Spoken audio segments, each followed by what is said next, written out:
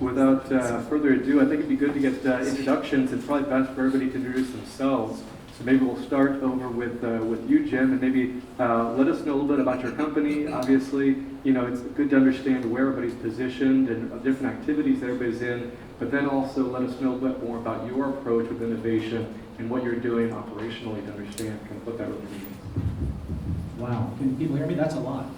And I did notice, by the way, when we started this out, some people raised their hands when Mind the Bridge said, did anyone come in by private jet? I would like to get to know you all that way.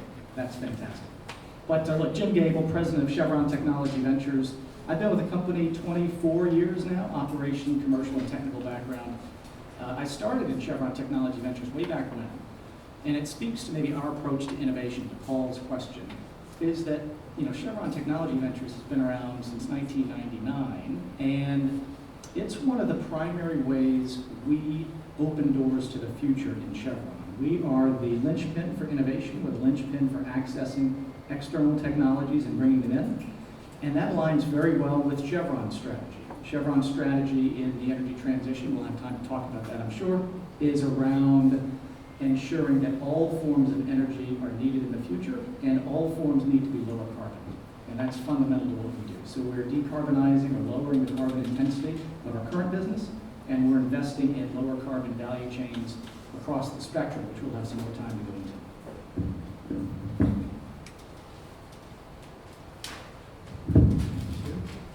Good morning, everyone. Paolo Cerioli from ENI. ENI is an international energy company. It's spreading activity from exploration production to the retail part, power and gas, for instance, midstream, downstream, and all that deeply related to the energy sector. I lead the open innovation and ecosystem development activities. So it's the windows towards the innovation, so bringing and pushing innovation within ENI. Good morning, everybody. My name is Brian Ryan. I work for National Grid. National Grid is a utility that owns and operates the gas, electricity, transmission distribution system in the northeast of the US, and also the electricity distribution and transmission in the UK. We're a listed company, one of the largest investor-owned utilities in the world. National Grid Partners is the innovation and investment arm for National Grid. On the investment side, we've invested $400 million of National Grid's shareholder money in over 40 startups over the last 4 years, really focusing on how are we commercial as well as being strategic. So over 80% of our investments meet that strategic threshold. On the innovation side of things, which is where I'm placed, we look at disruptive innovation. How do we drive disruptive innovation? So with a mindset of how do we disrupt ourselves. So that's me. Thank you. Hi everyone, my name is Massimiliano. Everyone call me Max. Outside of Italy, my name is almost unpronounceable. So, I'm in Terna. Terna is the national grid operator for the Italian market. So we do handle and manage the high voltage network for the transmission of energy in Italy. In my work, what I try to do is to foster the talent inside the company through the innovation. That's one side. So one side of my work is to give everyone the opportunity to express their talent in the innovation arena. And the other side is to find the opportunity inside the company with, for example, intellectual property protection, and outside the company with the open innovation, to create an ecosystem that will benefit our own, first of all, strategic plan. That means construction of the network, maintenance of the network, management of the energy balance in the country. And then after that, of course, as we have a small part that is on the market, also to improve our position on the market. Great, thank you. So we just got the introductions and understanding more about how the speakers really do represent all the key parts of the energy industry, and then also parts of the value chain, and also the innovation approaches, both from the investment side, the external open innovation side, as well as the internal part. I think all those are important, and they also highlight a lot of the tension that goes into working with startups where it's very difficult with the not prevented here syndrome and a lot of the needs to be able to scale up technologies, which at a certain scale may be difficult to work with business models with certain different startups. So maybe with that in mind, I was asked to provide a little bit of an overview, I think, the energy industry, but I think that's maybe too much to bite off and we don't have that much time. But maybe I'll throw a couple key words out there that I think resonate, and many of you have probably heard before, but I think it'd be good to touch on what those might mean here as we go through. But digitization, decentralization, are key to, as well as decarbonization was mentioned throughout. So I think as we go through, it'll be interesting to hear different speakers highlight some of the key words, the technologies, and also the approaches as we're going through. So one of the key things we want to know from everybody is, what is the current focus area? What are you most interested in? Whether it's incremental, whether it's disruptive, whether it's a key part of your value chain where it has the most opportunity to be able to maybe increase revenues or decrease expenses, or do a better job of decarbonizing it. Let us know what you're focused on, what you're most excited on. Almost everything you said. I mean, as all the complex companies like ours are, of course we have to look at all the possible ways that we can improve our operation and increase our results. But for a company like Terna that has a national duty to guarantee the transmission of the energy all over the country, for us is very important the quality of the service and of course the efficiency at which this quality is maintained. So for us it's very important. If we look at our business, we have two main sides. One side is what we call transmission operator. The transmission operator is in charge for, let's say, the lines, the construction and maintenance of the line. And so if I see at this area, for us it's the two foremost important things are safety for our people, so when they work, and we have projects like virtual reality for training, augmented reality for geofencing our plant to define the area where someone can work and someone cannot work. We do have, for example, robots or drones to work instead of people up 35 meters on our poles and things like that. That's one side. On the other side is the system operator, and the system operator is the one who is in charge to keep the network constantly in balance. As you probably know, the energy has to be at the same quantity, the energy that gets into the network, the same quantity has to get out of the network at the same time.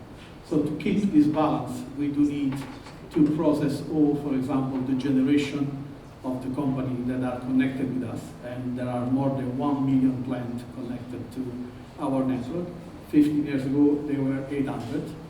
So that's a little shift that we had in time. And so we had to manage this complexity. And then in this arena, for us, is probably the most important area is the application of artificial intelligence on forecasting, management of the event on the network and things like that. So that's more or less the two main areas that I would like to underline. That's great. So I think safety and automation are key ones, and being able to think about how we can upskill the technicians as well as being able to transition to more automation. That's great to hear. One of the last projects I was leading was around all the different technologies that are more digital and how we can really help the workers to be able to be more effective and safer when they're working. Yeah, I think the digital aspect is really important. All of the investments that we make have a digital play on it. And it's very hard to scale up some of the hard technologies that we all are familiar with. So it's easier to get CPC returns on those software ones because they do scale a lot easier. Over 80% of our investments are strategic and financial. So we really have quite a high threshold. This is a true venture capital fund that is focused on driving cost out of the business. National Grid's vision is really around clean, fair and affordable. And in the Northeast alone over the last 5 years, we have connected 2,000 megawatts of solar, 180 megawatt hours of batteries, 4,400 EV charging stations, and contributed about 3.1 billion in terms of energy efficiency. So in the bigger companies like National Grid, you really need to take a portfolio approach of things that you're doing today that's going to drive revenues and operational efficiency, and then look at the venture capital side of things and the innovation side that's going to drive it in the future for you and all of our projects are focused on decarbonisation. So the digitization is really important, and it can't be separated from decarbonisation, and you can't really separate it from what you're doing on a daily basis. So that's just a different perspective, I guess. And you bring up a good point that a lot of the investments need to have both a financial return, a strong one, as well as a great opportunity for helping the business in decarbonization. I think that's one of the things that for a lot of people, there's a huge opportunity here in the decarbonization space. Yeah, the technological innovation is a key driver for the E&I strategy. So we have already defined the target for 2050, decarbonization related, so net zero emission at 2050, and innovation is key part of the story to shape the road. Innovation is, let me say, span across three macro areas. One is clean and renewable energy. That means for us solar, wind, and also, for instance, with the project Iswet, leveraging the energy of the wave, so the sea wave, converting energy to electrical energy. The second is all the, let me say, the carbonized solution. That means for us carbon capture and storage, hydrogen, all this kind of stuff. And the third are, let's say, circular and bioproduct. That means for us new product for, let me say, for the mobility, for instance, or for the transportation. We just launched, let me say, the first cargo in the last days from bio feedstock from Kenya to Sicily. So we are just, let me say, launched the new stream. So all these kind of stuff are part of our strategy of innovation. In terms of, let me say, effort, it's quite clear for us that the innovation and the technological innovation is part of the strategy strongly. In the last 6 years, we invest more or less $7 billion in R&D, so in research and development, and also in terms of patents, so leveraging also our competencies and activities, we have more or less 7,000 patents. So in terms of effort, we are strongly committed to technological innovation. From, let me say, internal point of view with our R&D team, but also externally, so leveraging also interaction with the ecosystems, with the partnership with the university and all the startups that are, let me say, on the market through the open innovation approach. Great to hear. Yeah, the tension between the internal and external, it's great to hear so much internal activity, and love to hear more about how you work with startups in between dealing with that huge focus internally, as well as a lot of focus on the technology side, which is great to hear.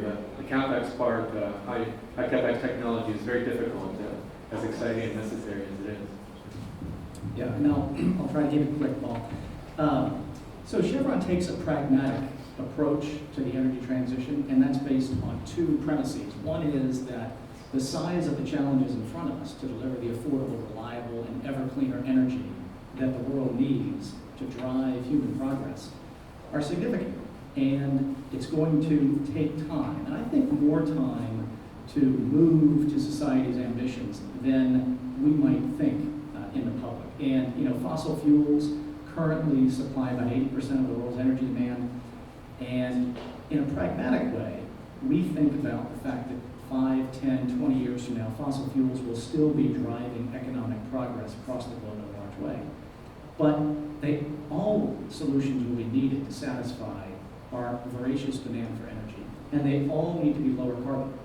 And so when we think about what we're doing to deliver that affordable, reliable, and ever cleaner energy in Chevron, a lot of it I get excited about when it delivers on society's ambitions more quickly than otherwise might be the case. And if we think about IEA's net zero 2050 scenario, McKinsey came out with a report in January that talks about the fact that to achieve that, you would need to invest $3 trillion a year for the next, all the way through 2050. So how many years that is? 28, something like that. And that, that's half of the corporate profits globally.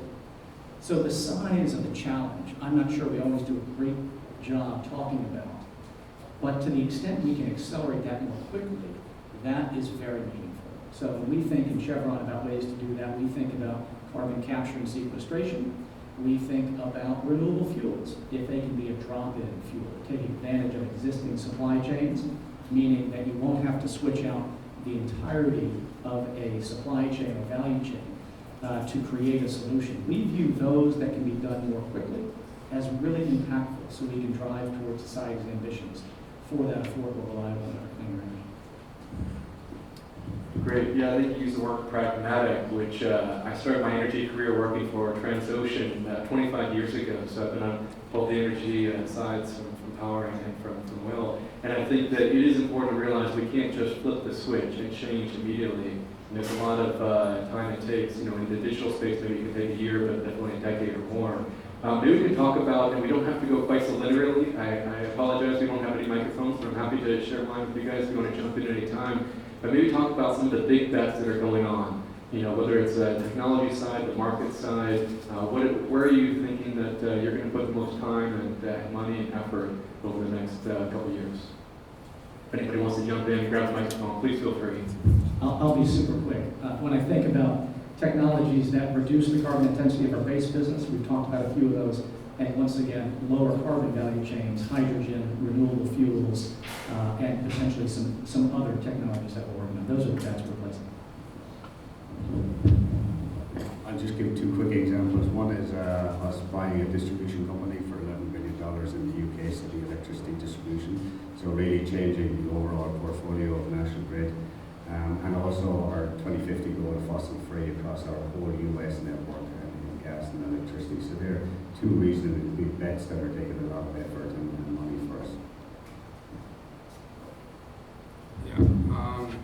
Only to give an example in terms of bet, let me say, and it's an effort on innovation.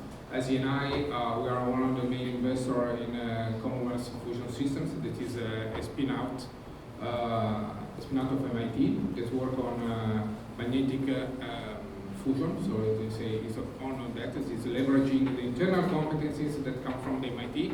So it's research and also the speed, let me say, the pressure done by the private sector, and we work on that in order to push, let me say, the confinement in magnetic fusion. And it's a new bet, and we are super, let me say, confident that will be a game changer technology in the future.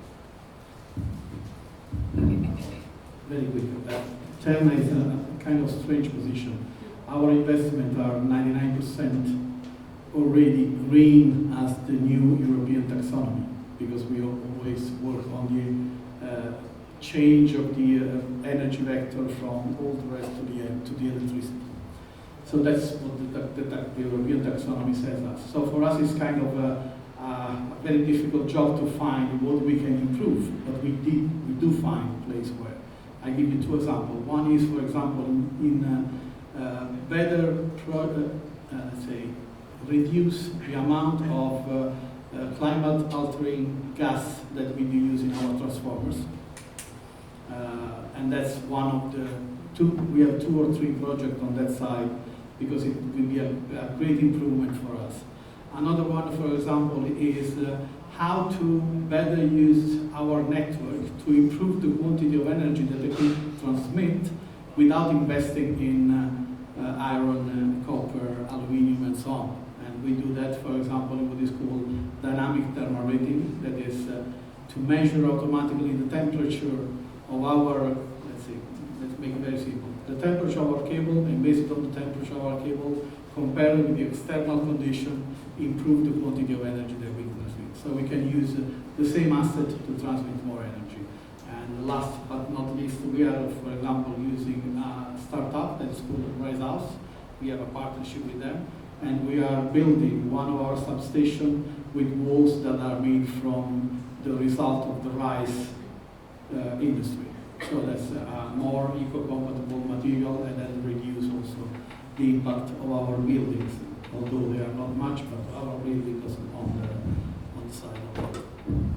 Yeah, it's a great point. I think it's important to understand the flexibility and systems we have and be able to use that as much as possible to increase the efficiency and productivity.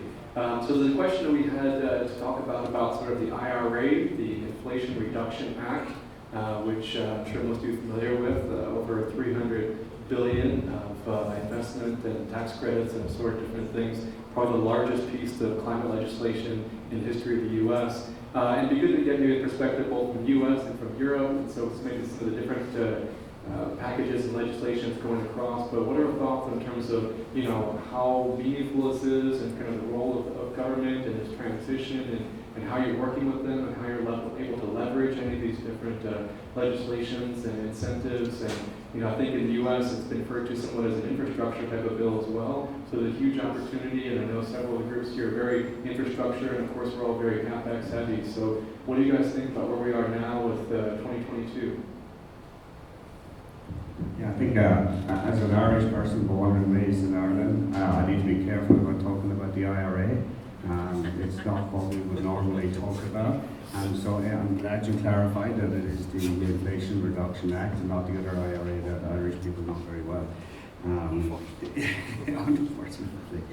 I'm really excited about this bill, 369 billion, that's really, really going to drive innovation. It's going to bring a lot of technologies that are not in the money today, will bring them in the money, I hope. What I really love about this legislation is when I think about good legislation and good business practice is how do you get the intersection right between it being commercial, environmental, and societal.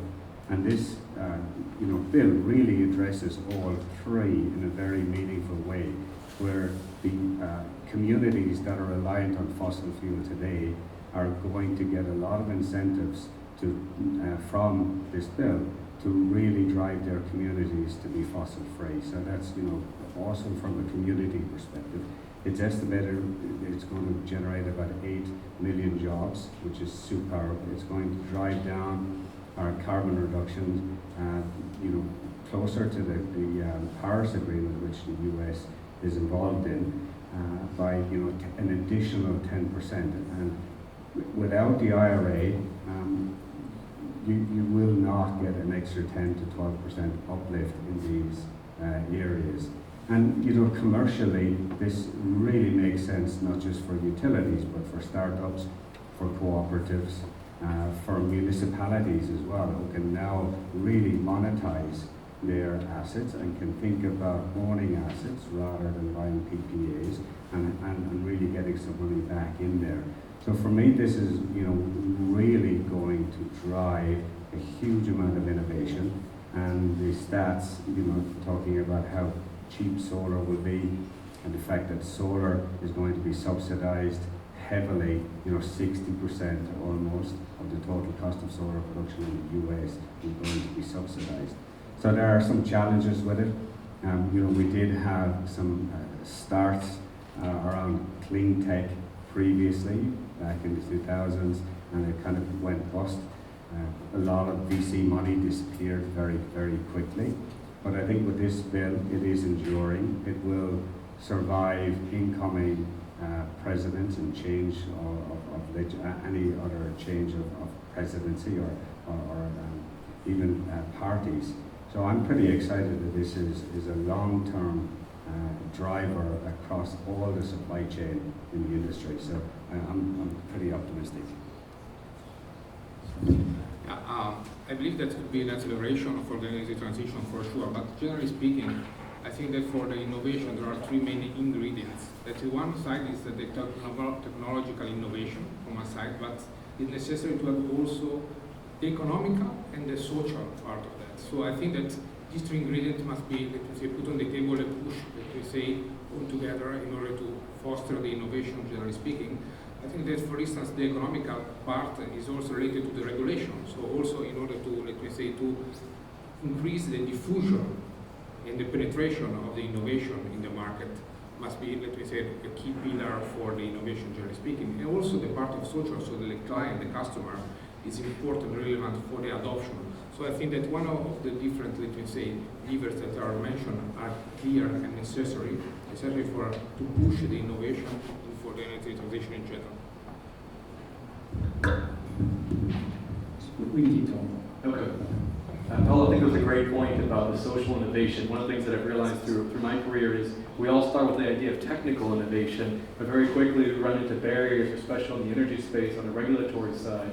And so I'd be curious to get people's perspectives on where the key barriers are, but also the market side, what the business models are. And here we represent, different business models in terms of investing in infrastructure, getting a regulated rate of return as opposed to different approaches. And then, of course, you bring up the social side, the environmental side. So there's a number of different, I know in our organization, I always like the pestle analysis, of being able to look at the different aspects and then think about the innovations necessary in the different ones.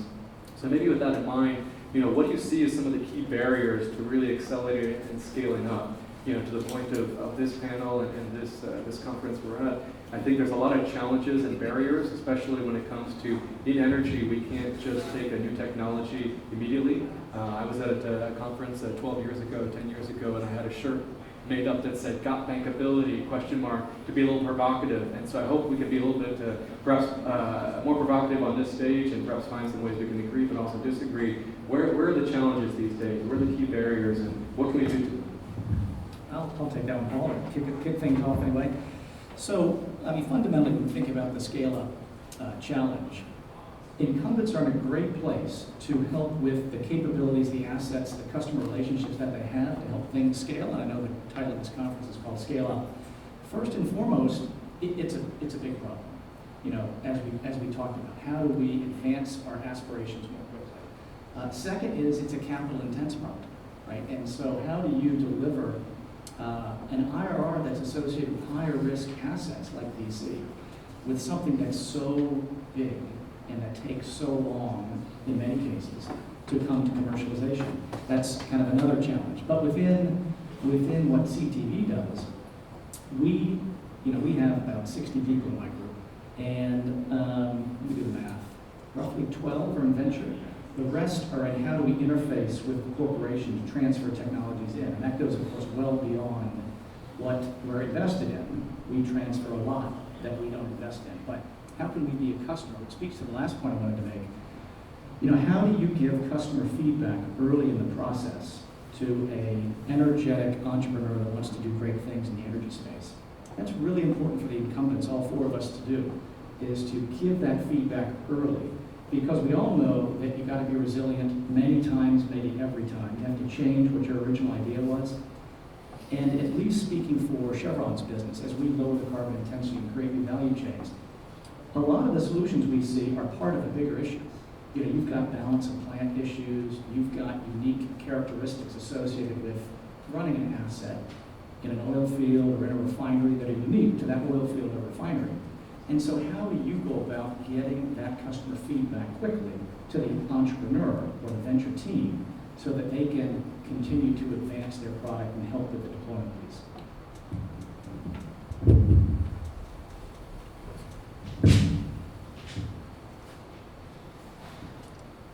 So very worried face up there, so I don't know. We broke something? No? Okay.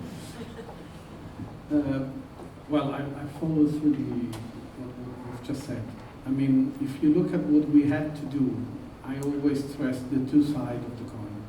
One is how to be very engaging toward the company, toward the business partner inside the company to really make it happen. One of the great barrier for me in doing innovation inside the company is to overcome the normal. It's not in something, there's nothing wrong with it, but it's unfortunately due to the work that people have to do every day. But there is a barrier when you go to work to talk with a colleague and say, I would like you to meet this startup to talk about it. Because they have other 200 duty to attend in that moment. So you have to create a very, very strict alliance and coordination with the business line. They are the key people doing innovation. You are helping them to do it. And that has to be clear from the first moment. That's why, for example, in Terna, we starting calling innovation as a service. We do not do innovation. We help people doing innovation. And that was a pact that we made from the first day. And for example, there are responsible in the company that are taking care of the innovation for the transmission operator, taking care of the innovation for the system operator, and they work together with us. For example, in this journey here in San Francisco, there is 2 people from innovation, plus of course Oriana that is resident here now, But we took 5 business people with us. Because that's where you have to be very clear on how does it work. Because otherwise you will never create real value, or you risk not to be perceived as the one who creates value. And that's one side. The other side is to, let's say, to overcome the barrier from the other side. Sometimes there are people inside the business that would like to do, but they don't know how, or even worse, sometimes they feel that there is a barrier between the work they do every day and what they would like to do, for example, with innovation. And that's where, for example, programs like corporate entrepreneurship, internal challenges, the possibility for people to just stay together and propose an idea or a venture inside the company, that's something we are working also to, and I think it's having kind of a success, mainly liberating people in thinking that they can do it. So it's innovation within the organization and both internal marketing, and that's good. Yeah, definitely highlighting the different approaches. It's good to understand and some of the best practices. I know when I joined EDF, the first thing I went and did is we went and interviewed a lot of the big corporates to understand what are your best practices, whether it's on the venture side or the open innovation side. So any other thoughts on the barriers and how to work with new smooth startups? Yes, I think that's one of the key elements of the energy transition. So also for all the, for the oil companies working in energy transition and the decarbonization plans. I think that the key word is acceleration. Acceleration is one of the key challenges for all of us. I think that acceleration, the adoption of new innovation, new technologies, is acceleration in the internal processes to develop something internally. So in terms of, for instance, from an R&D perspective, is the challenge is to accelerate the time to market, time to value, and push the boundaries to achieve the target that are already, let me say, defined for the plan, for the strategy, for the company. So I think that at the same time we have the acceleration and the opportunity and the challenge at the same time that we have the world. So let me say the startups, the innovation external the company is popping up every day. So it's something that is booming and let me say exploding in terms of opportunity on the market. So the difficulty is to find a way to engage them. They find a way to leverage the opportunity on the market. At the same time, to accelerate the process, to accelerate the change in the company.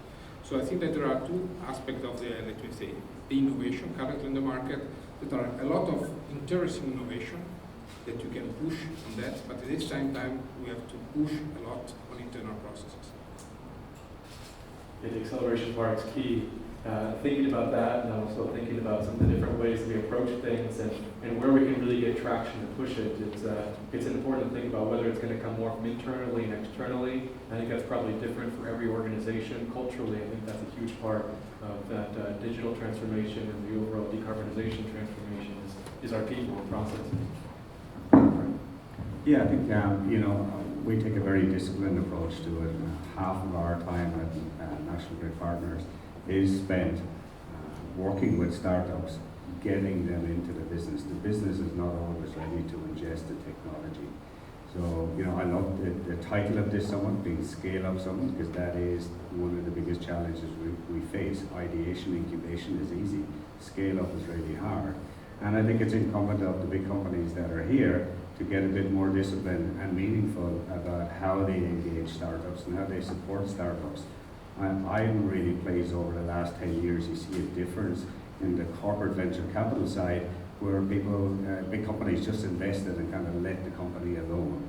Now they've realized that it's in their interest to really sit with that company, even be on the board, help them as they go through their challenges and scaling up, and really help them to get business inside in their own company, because that helps them not only drive the valuation of the company, but it gives them a fantastic, safe customer that's friendly, that will allow them to scale up their products and test it.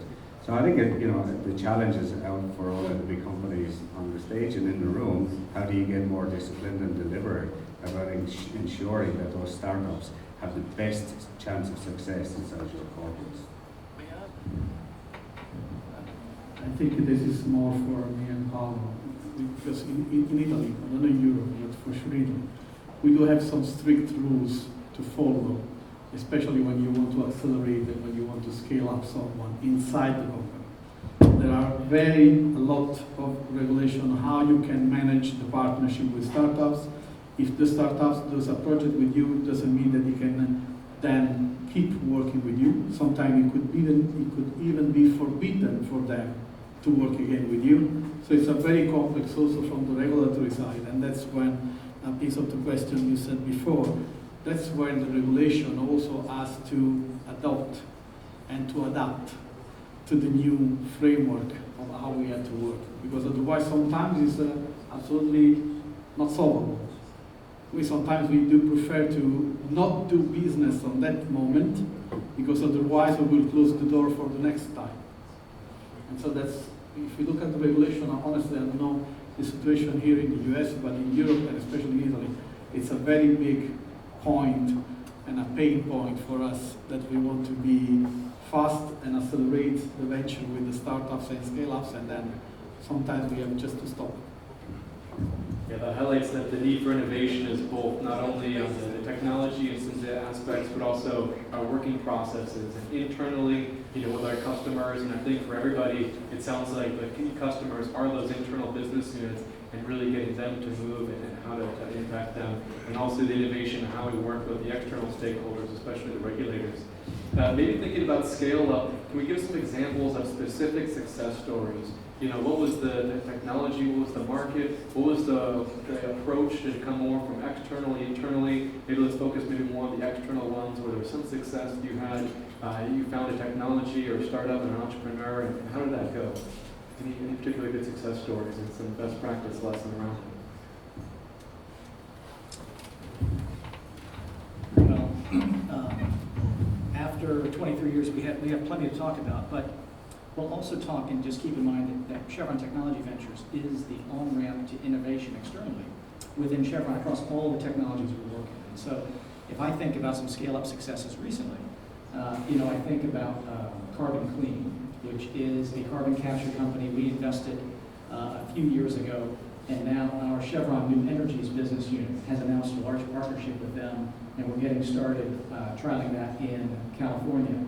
And so to Chevron, when I think of the challenges of innovation and making sure our business units have this as a priority among all the other things we ask them to do, Chevron's really made a strategic adjustment and understanding that we do need, as I mentioned earlier, those affordable, reliable, ever cleaner energy sources, and that all forms of energy, including oil and gas, need to be lower carbon intensity as we go forward, because they're all going to be needed. But we do have, the point being called, in the last few years, more energy, more enthusiasm, as we have asked our business units to bring solutions to the table, right? And I think that's very positive. So do you see that as a continuing trend, more and more coming from internally? One word answer is yes. But, I think, look, we all know the challenges we have when we want to create energy sources that enable human progress, and at the same time, they need to be ever cleaner. And we can't just focus on ever cleaner, we have to also focus on affordability and reliability, which I think Europe is experiencing right now. So you need that triad of solutions that fit all of those three buckets. And I don't see that changing. That's absolutely what we need. We have, let me say, a lot of cases that could be, let me say, defined successful in terms of innovation. But I think that what could be relevant is that recently, me and I, we have strongly embraced the open innovation approach. That I think that is most relevant that the single POC or I think the single collaboration or partnership. What I mean, we have to say open innovation for us currently is a composition of different factors and actors. That means that we have the antenna, the outpost, the scouting part. It is a continuous presence on the market to scout the innovation, to put in, to push innovation on respond, let me say, to a specific challenge. This is one part of innovation. The second is the corporate venture capital. So we have the second, let me say, arm of the innovation that is investing in new, let me say, opportunity that is early stage typically.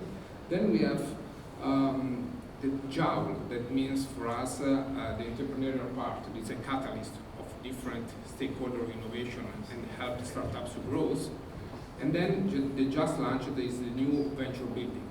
So we have recently launched Universe, that is a new vehicle to leveraging internal asset, technological asset internal, to leveraging and valorize our expertise on the market. So I think that that, let me say, combination of approaches is starting to, let me say, to set the road for a complete, let me say, open innovation that bring, let me say, results in the short, medium, long term. We have a multifaceted mandate, and one of the mandates is to bring the outside in to national grid. The other mandate is that 75% of our investments must be strategic. Now, in some companies, strategic means something that you just can't define, so you put a fancy word on it called strategic.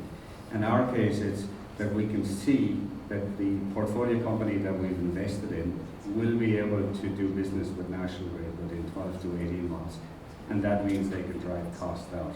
So at this point in time, we're over 80% of our investments in our portfolio companies are strategic, and they are getting traction at National Grid and making a big difference to the daily operations. One example is on vegetation management, a company we invested in called AI-Dash. They save us tens of millions of dollars a year in vegetation management in the Northeast.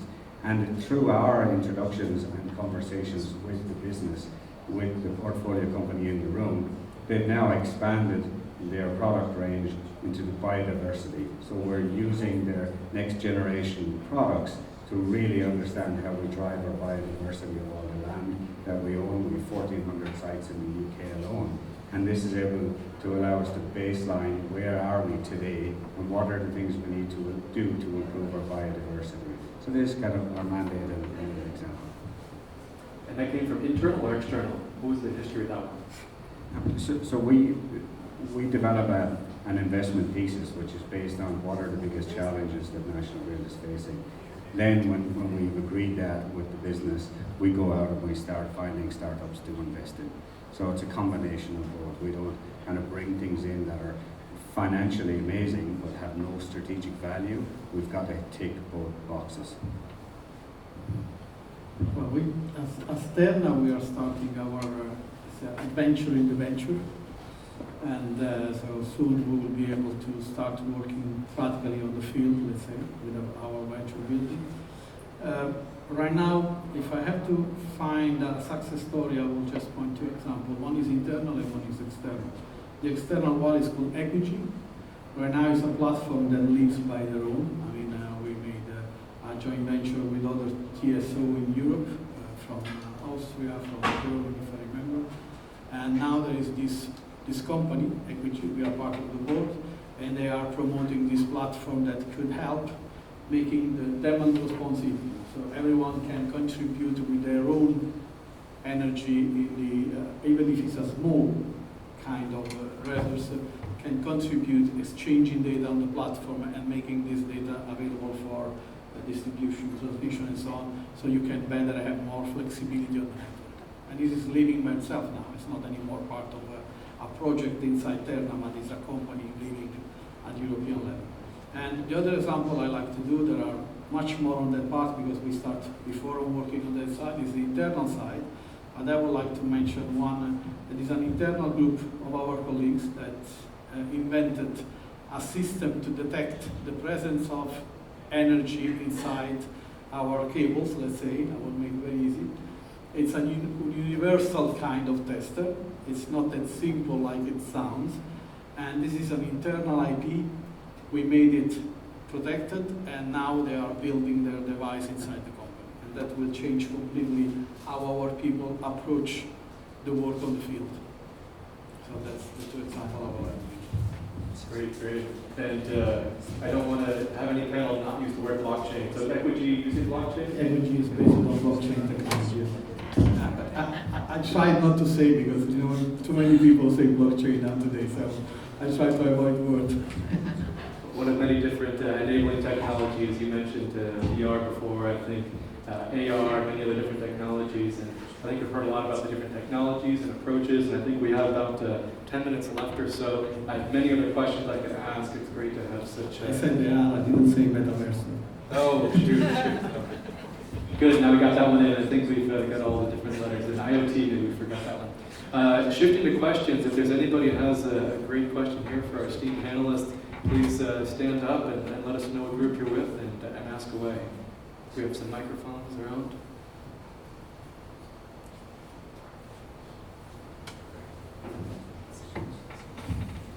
Good morning, everyone. My name is Mattia. I'm from Aventus LLC, former 8-Minute Energy.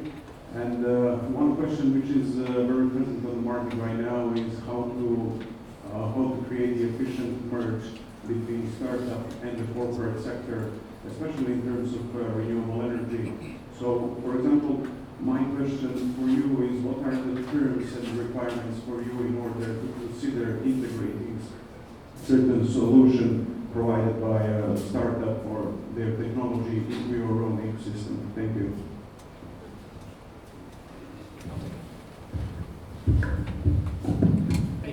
It's a good question, and I think it speaks to the variety of corporate venture capital firms out there, right?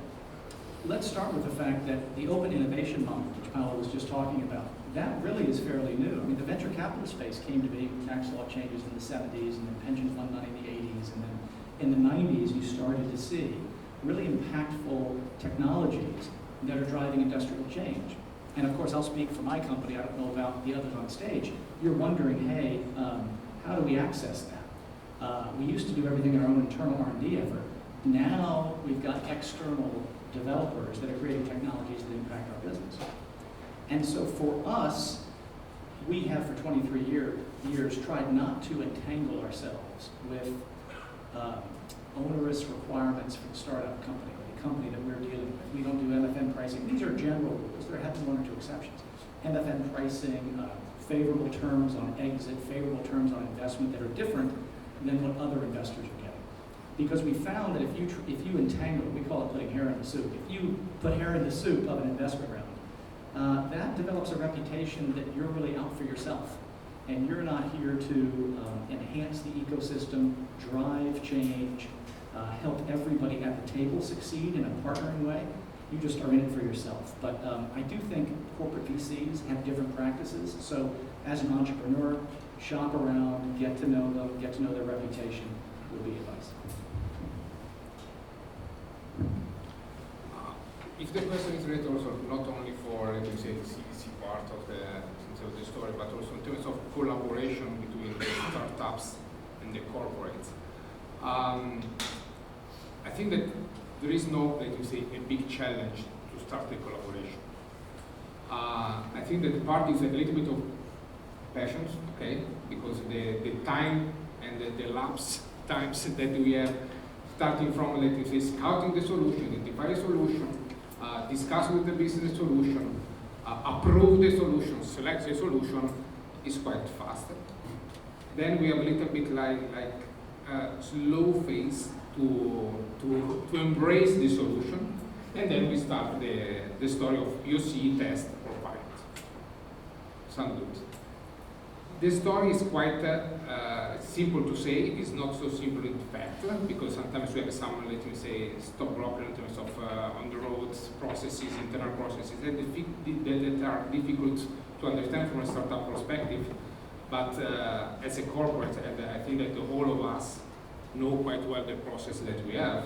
So I think that there is a matter only to be clear at the beginning of the engage, to say that there are some acceleration, then we are a little bit slow, and then again acceleration. So it's a matter of be clear in the process, and let me say, also as Max mentioned before, I think that we have also the potential, let me say, risk in the scaling phase.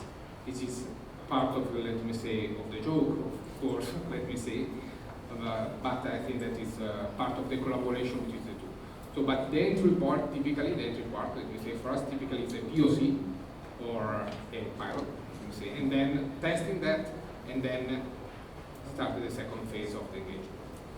Maybe that's something where there's an opportunity for innovation for us to think about how might we accelerate that period of evaluation and be able to communicate that and be a good partner to the startups and say, we're going to run a 6-month process. I know with EDF, we're a big part of the Electric Power Research Institute and their group Incubate Energy Labs, which tried to help to stop the piloting of every single technology by another customer. So, how might we accelerate that? Sorry. Yeah, I think there's two pieces of advice I give to any startup is shop around. It's easy to get money, but get smart money. Find an investor that's really going to help you. As I mentioned, half of our team is focused on getting business for the startups. That's the first thing. The second thing is don't focus on the technology. Don't open up the door and go, I have the best blockchain thing since you heard the last best blockchain thing. You really need to be clear on what problem are you solving for the utility and how that is going to impact it. If you can get both of those things done, you will see your scale up happen super, super quick. I'll take a word from Brian before. Discipline, that's for the corporate. The process that we put in place is for us very important. Because corporates are a complex organism, let's say, we do need a very clear process. And so sometimes this process is very clear for us internally, but not so externally. So we do need to be very clear in how to approach the startups. From the other side, it's very important for us to understand where the solution the startup proposes can really fit inside the pain that I have. So sometimes the difficult part is to let's say, the pitch is not enough for us to understand. The pitch is for us, it's very important and has to be done very well, but to understand the quality of the startup. That doesn't mean success. It means, okay, that's the right person to talk about it, but then we have a process. And for us it's very important to keep the process straight, and also in communication. We have a process that takes 3 stages. First stage is the decision gate after the idea phase, and then there is a stage after the POC stage, and then there is another gate for the adoption phase. Every and each single one is not made by innovation, it's made by the business. Because the business has to take out the money and say, okay, I will do that. On the other side, it's very important to know the regulation. If you want to do pitch in Italy, learn what does it mean. As I say a word that for Italian will be shivering, but it's codice degli appalti. And if you learn, if you study that, you will understand why it can be difficult. But anyway, apart from the jokes, it's very important to understand that it's a path that can have also some bad side. And I give you an example. If I want to invest in a startup, and I want this startup to produce this software, goods, whatever it is, for me, then 80% of the income of this startup has to come from me. They cannot sell more than 20% on the market. So you have to accept that. Otherwise, it's impossible to work together. Otherwise, you will work with us like a normal, let's say, vendor. To help the startups, what we have done is to create some specific group for qualification inside the corporate Terna for specific area of startup, AI, IoT, and so on. I said it. Okay, so. Great. I think we're almost at time here. Do we have any last questions from the audience? Yes. Thank you. I'm Habib with Baker Hughes. I had a question on that. You guys were talking about translating, I call it the vision, or accelerating the vision. So can you tell me a little bit about what you found as a consistent approach, a non-financial, let's say, measurement that you use to kind of help accelerate or translate that vision that you have?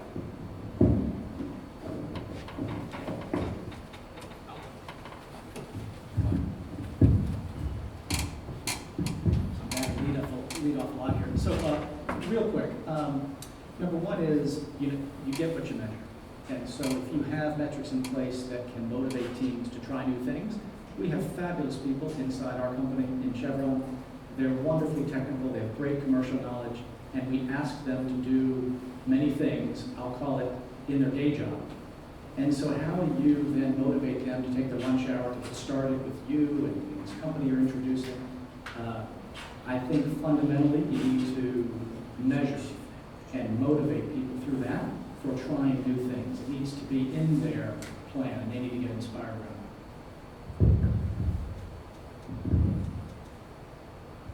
Yeah, I think we're, like you can measure decarbonization, so you can measure CO2, so like that's a mandatory in all of our projects. It's not just financial, it's CO2.